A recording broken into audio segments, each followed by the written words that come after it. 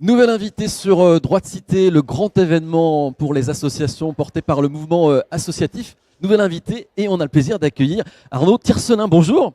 Bonjour. Co-président du CNAGEP. Le CNAGEP, c'est le comité pour les relations nationales et internationales des associations de jeunesse et d'éducation populaire. D'ailleurs, c'est quoi en 2024 l'éducation populaire, Arnaud? Alors l'éducation populaire, en tout cas le CNAGEP, représente à peu près 74 organisations de jeunesse et d'éducation populaire.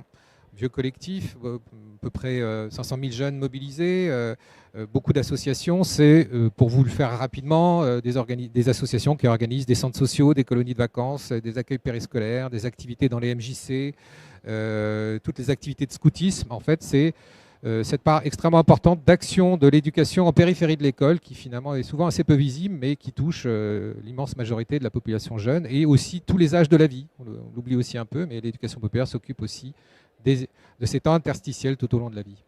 Bon, ce droit de cité 2024 a pour thème faire association en Europe. Et le CNAGEP, ça tombe bien, a publié en octobre un positionnement en amont des élections européennes.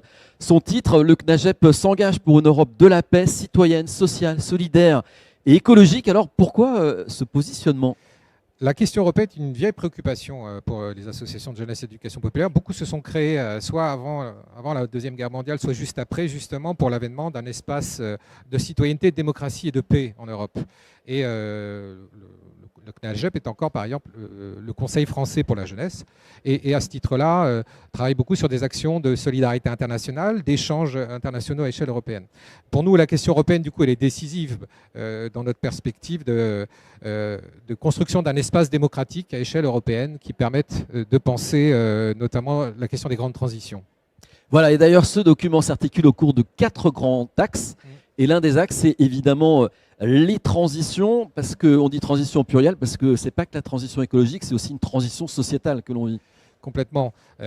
Force est de constater que nous sommes confrontés à plusieurs grands défis et plusieurs enjeux de transition dans une période de crise et d'incertitude. Alors, avec à nouveau la guerre sur le territoire européen, évidemment, et on ne l'évoque jamais assez, la question de l'urgence écologique et la nécessité des transitions écologiques. Mais évidemment, toutes ces urgences sociétales, politiques et écologiques ne se conçoivent que si on a une vision sur les transitions à la fois écologiques, sociales et politiques. Et c'est là-dessus que l'éducation populaire entend se mobiliser. Je l'ai dit, 4 grands axes. Quels sont les 3 autres ? Alors, les 3 autres, c'est effectivement de reconnaître que l'éducation populaire, aux côtés des politiques scolaires, est un élément essentiel de mobilisation des citoyens. Il s'agit de les outiller, mais aussi de leur donner la capacité d'agir pour penser ces transitions, mais aussi se mettre en capacité d'agir dessus au quotidien, puisque la société civile, le monde associatif est un réservoir d'action, d'innovation sociale et de capacité d'action. Bon, le CNAGEP participe à plusieurs ateliers. Vous avez co-construit notamment l'atelier Jeunes et Européenne. Qu'est-ce qu'il faut attendre de cet atelier? C'est quoi l'idée? L'enjeu principal, et c'est des éléments importants de notre plaidoyer, c'est d'arriver à décliner effectivement d'une part la nécessité d'outiller et d'accompagner la jeunesse et de reconnaître pleinement la jeunesse. Je vous disais, on est Conseil français pour la jeunesse.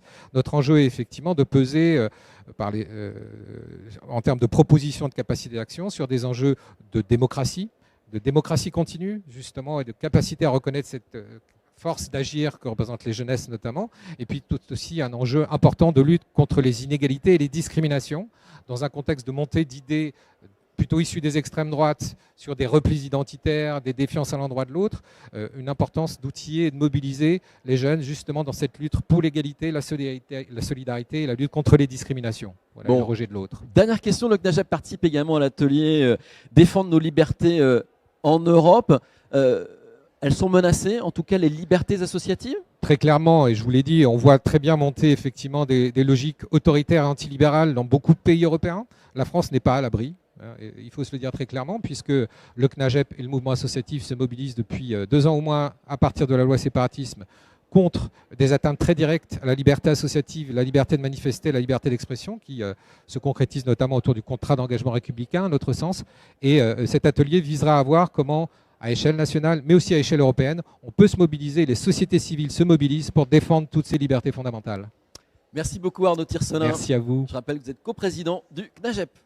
Merci.